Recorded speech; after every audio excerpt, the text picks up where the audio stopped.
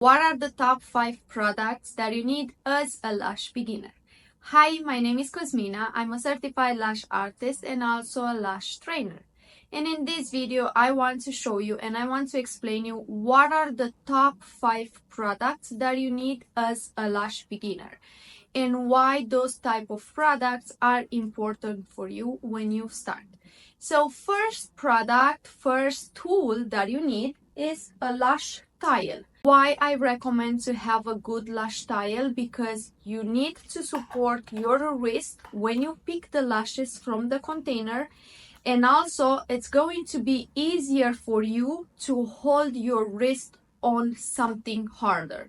Now, sometimes I see people just working with the lashes directly on the bed or from the case, and they use the back of the lashes, the back of the case, which I'm not saying that it's not okay, but it's easier for you to have a wider lash tile in order to support your hand and in order to have all the lashes nice and organized.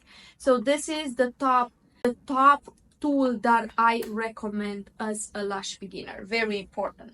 Number 2, you also need to have a good pair of tweezers. Here I have the Limit Lashes case with one picking tweezer and also with one isolation tweezer. Now I really want to talk about the isolation tweezer. So as you see, I hope you can see, the tweezer has a curved tip, so it's easier for you to go and grab the lashes and open the lashes easily in order to help you isolate correctly. Now, the volume tweezer and the picking tweezer, this can be used for classic and also can be used for volume.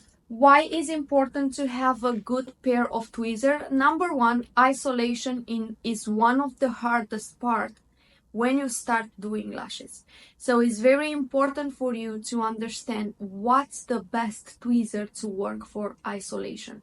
You may see like a very straight tip on the isolation tweezer, and you're going to see this type of tweezer that has a curved tip. So it's easy for you to open the lashes from the base, so you can isolate easily, and of course the lashes are not going to get stuck together because you have enough control to separate. Now the picking tweezer, it's also very important. It depends if you're working with classic application only or if you're making volume fans. For classic application, you basically can use any type of tweezer. It doesn't really matter because you're going to pick one lash, one extension from the case. Now, when we talk about volume, you need to have a good pair of tweezers in order to have a good grip, to be lightweight, so you're not going to break your wrist.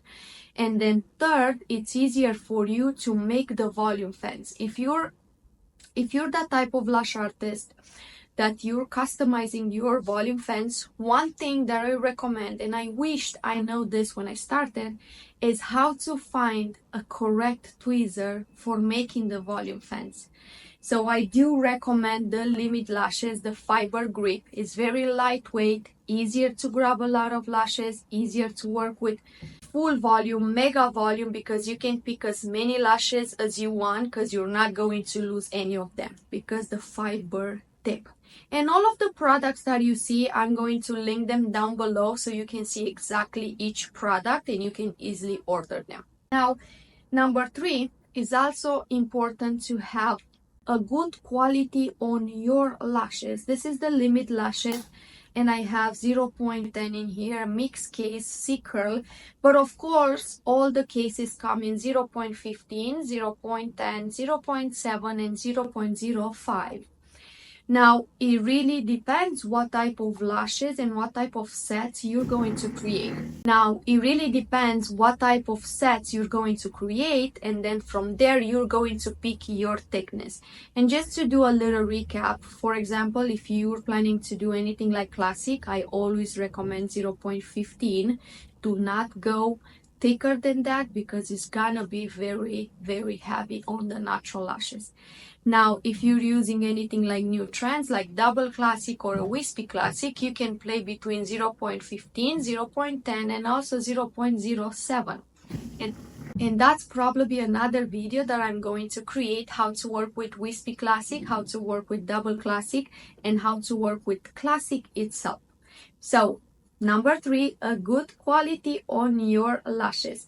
When I say good quality, I really meant to say when you work with volume, it's very easy to find a good quality on the lashes because you really want to make the fan on the strip. When you make the fan on the strip, it's gonna be easier for you to customize them. You're gonna customize them the way you want, especially if you have a client that, we have a full lash line of lashes, but she's missing a few lashes. You can easily customize the fan wider or more narrow.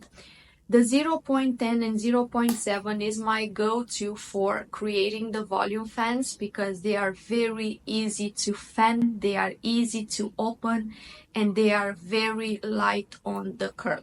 Now, number 4 is important to have a good quality on your glue, on your adhesive.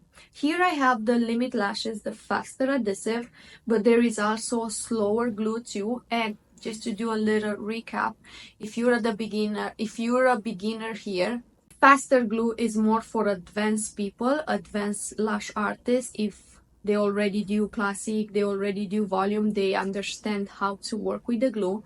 And then the slower glue is more for beginners. The slower glue works between a 3 to 4 second dry time, I would say, and then the faster glue works between 0.5 and 1 second dry time.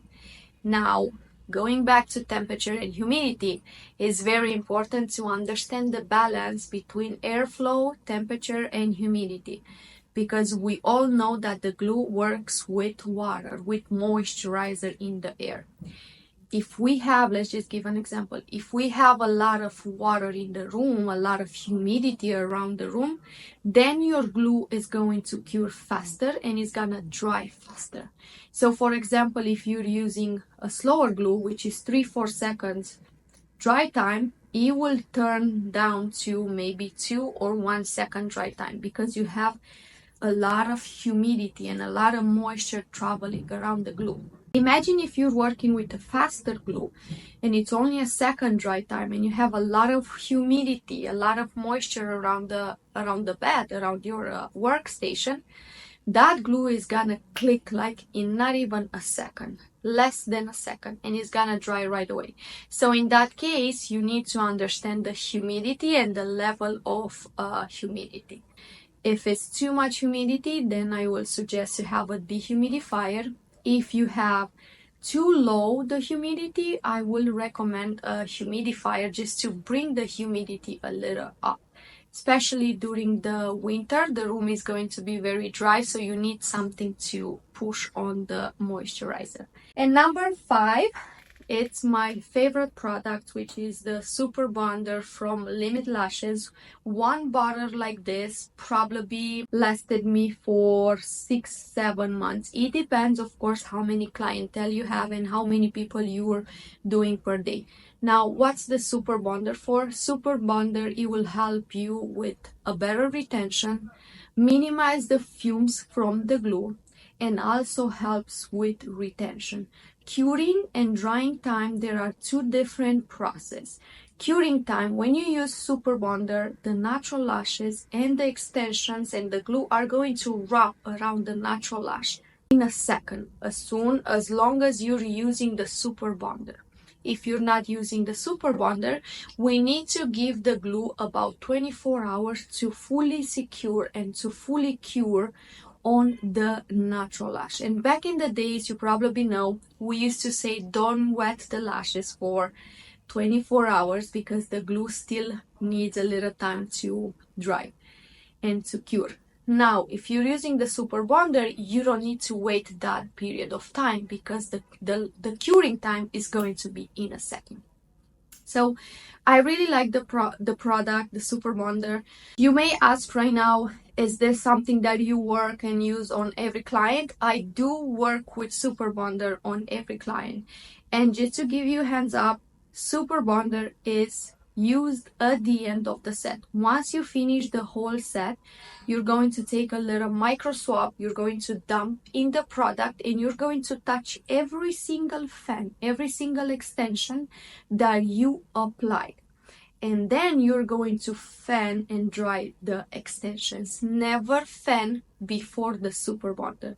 You finish the whole process, you finish the whole application, you're using the super bonder, and then you're going to fan to make sure that everything is dry. So those are my top 5 products as a lash beginner. And like I said, all the products, they have the links right down below so you can easily order them. And don't go anywhere, because I'm preparing another video for you, how to create wispy classic and how to work with wet look. And you're going to see the video right in the corner.